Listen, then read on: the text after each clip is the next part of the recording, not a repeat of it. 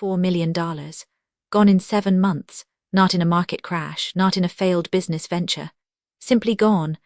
And the person who lost it never saw it coming. This is a story about trust, sophistication, and the gap that widens between generations when it comes to understanding modern threats. It's also a story about silence, the kind of silence that costs everything. The father in this story had worked his entire life. Decades of steady income, careful planning, and the discipline to save. He had built something most people only dream about, a nest egg so substantial that retirement was secure. His wife was secure. Their future was guaranteed. He was the kind of person who had earned the right to relax, to trust that his life's work was finally protected, but he didn't know that he was about to become the target of one of the most sophisticated financial schemes operating today, and neither did his family. Not yet. The scam started the way most modern cons do, with credibility, with the appearance of legitimacy so convincing that even a skeptical mind can slip. The perpetrators didn't ask for money up front. They didn't demand wire transfers to Nigeria or promise unrealistic returns. This wasn't amateur hour. Instead, they created an elaborate fiction, one that felt real because it operated within the world the victim already understood. It involved platforms he recognized. It involved logic that made sense. It involved the kind of gradual escalation that doesn't trigger alarms until it's far too late. Over the course of 7 months, the father transferred money repeatedly, not all at once. That would have been too obvious. Instead, it came in waves. Each transfer had a reason. Each one seemed to unlock something or secure something. The narrative kept shifting just enough to justify the next request. The family didn't know. His adult child didn't know. His wife didn't fully know the extent of what was happening until the moment when there was nothing left to hide anymore. That's when the real shock arrived. Not the money disappearing, but the realization that it had been disappearing all along, right in front of everyone, and nobody had asked the question that could have stopped it. Nobody had said, "Dad, what are you doing with your savings right now?" Once the truth emerged, the machinery of response kicked in. The FBI became involved. The IRS got pulled in. Investigators began the grim work of tracing money that had been moved through channels specifically designed to be untraceable. The hope, of course, was recovery. The hope was that somewhere in the system something could be frozen, recovered, returned.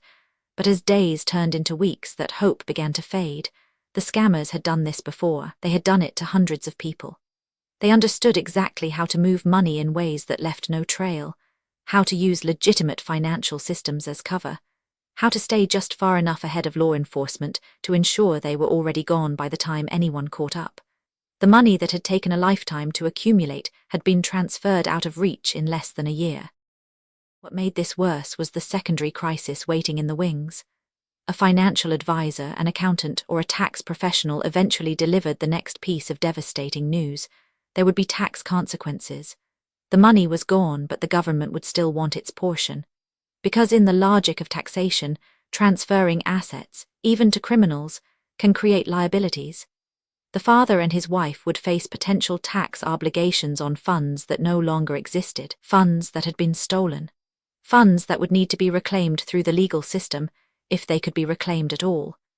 The scenario that kept them stable, that allowed them to say they would be okay, was entirely dependent on resolving the tax situation, on convincing authorities that they were victims, not participants in some kind of financial scheme. This is where the story shifts from being about one family to being about everyone, because this could happen to anyone, not just the elderly, not just the technologically illiterate. The scams have evolved past the point where they target only the vulnerable. They target people who have something worth taking, and they operate with such sophistication that they use the victim's own judgment against them. The father thought he was making informed decisions. He thought he was evaluating risk. He thought he was doing what smart investors do. He just didn't know that every piece of information he was receiving had been carefully constructed to lead him in one direction. There's a conversation that needs to happen in families everywhere. It's not a comfortable conversation. It's not the kind of thing adult children naturally want to ask their parents. It requires admitting that maybe, just maybe, the person who raised you, the person who taught you how to handle money, who demonstrated responsibility and careful planning, might be vulnerable to something you're not. But that conversation could save everything. It's not about assuming parents are incapable. It's not about taking over their finances or suggesting they've lost their edge. It's simply about awareness, about checking in, about creating the kind of relationship where someone can say, I'm looking at this investment opportunity, or I'm moving money around, or something in my financial life is changing.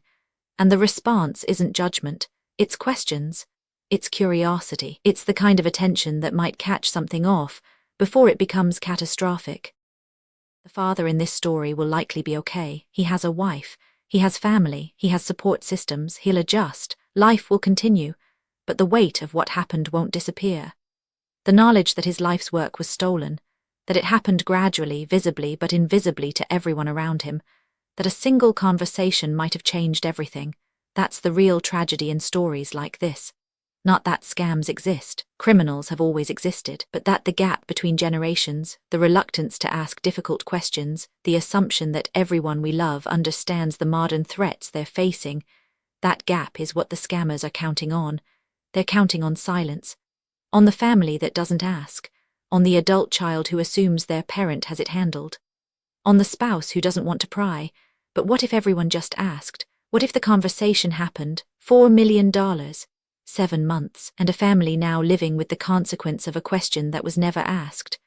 Talk to your parents about their finances, not as a control, not as doubt, but as love, because the cost of not asking might be everything.